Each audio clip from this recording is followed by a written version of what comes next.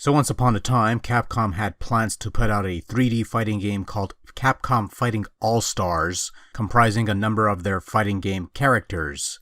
Plans fell through, and instead we got today's subject matter, Capcom Fighting Evolution, also known as Capcom Fighting Jam in Japan, released in 2005 for Xbox and also available for PlayStation 2, which was released a year earlier. This is a game that they tried to charge people full price, the equivalent of your typical AAA title of the time, before eventually dropping the retail price to the budget levels. Couldn't imagine why, but when the price dropped, that's when my cash did as well, and here you go. Capcom Fighting Evolution gives you 20 Capcom Fighting veterans, divided into 5 groups of 4 fighters apiece, and each group representing a different Capcom fighting game. Street Fighter II, Street Fighter III, Street Fighter Alpha, Street Fighter Darkstalkers, and Street Fighter Red Earth, a game that only saw the light of day in Japan and Europe. Full disclaimer, only 3 of the above titles are actual Street Fighter games. Also joining the fray is the sole survivor of the Fighting All-Stars project, Ingrid, a magical girl, as well as 2 unlockable boss characters, Darkstalkers Pyron and white-haired Shinakuma from the Capcom vs SNK 2 video game. With the exception of Ingrid, these are all recycled fighters from other more recent Capcom fighting games, with nothing new added to them save for some extremely minor cosmetic details seldom few people would notice or even care about. From this modestly small pool of fighters, you pick 2 to form a team, but not a tag team like in Marvel vs. Capcom, and they don't play out like King of Fighters through elimination. Instead, the game plays out like a regular one-on-one best-of-3 rounds fighting game, and between rounds, you could swap to the other fighter or just stick with the one you have.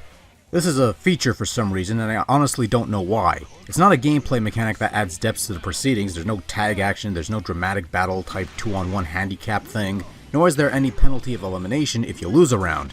You could easily play a whole match with all 3 rounds, never swapping a single fighter on your team or the other way. So if nothing else, it's a means of quickly unlocking endings in the arcade mode, but that's about all I got out of it.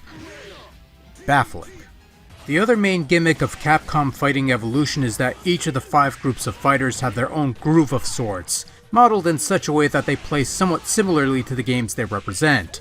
Street Fighter Alpha fighters, for example, can perform alpha counters, air blocking, and custom combos. Red Earth operates under a gem system enabling different kinds of abilities. Street Fighter 3 fighters can parry. Darkstalkers has EX moves. And the Street Fighter 2 characters, while possessing the least amount of abilities and a single stock super meter, can inflict more overall damage, and at the very least have 2 super moves as opposed to 1 in Super Turbo.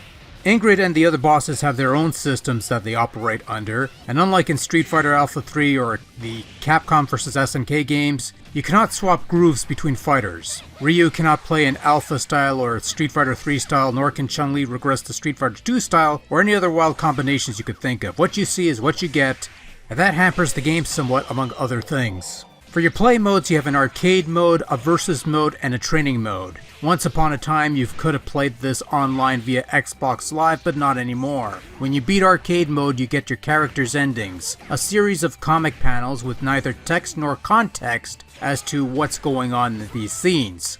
You also get to unlock classic soundtracks, but you can't play these during the game, they're just something for the sound test.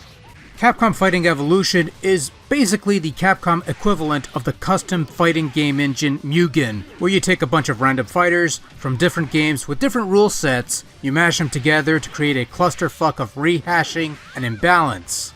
The only positive to the game is that the fighting bits are somewhat competently executed. The core gameplay is solid, the controls are responsive, the fighting mechanics as far as hit detection and other surface level bits and boops is adequate enough.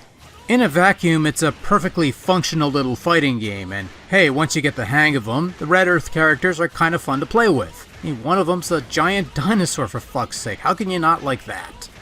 With that having been said, 20 plus fighters is slim pickings for a fighting game, especially following fighting games with rosters more than twice that size.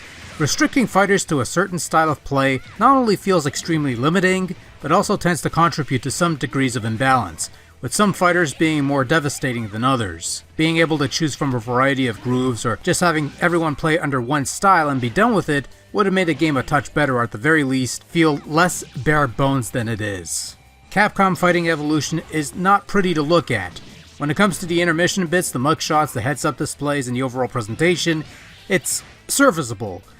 But the in-game bits is where things fall apart. With the exception of Ingrid, who's a mostly new character, every fighter in Evolution is recycled from a previous game, and they all look terrible compared to their original incarnations. Never mind the clash of styles between an ancient-looking Darkstalker and a more detailed-looking Red Earth character. Some of these seem smaller and more low-resolution than usual, and the backgrounds don't help matters. Mostly generic pre-rendered stuff that further emphasizes the horrible clash of visual styles between the ancient 2D artwork and the 3D backgrounds that aren't all that great to begin with, especially when they're littered with background cameos of fighters you wish were playable here, but instead makes you wonder why you're playing this game and not the games this originally took inspiration from. On the flip side, the sound department is alright.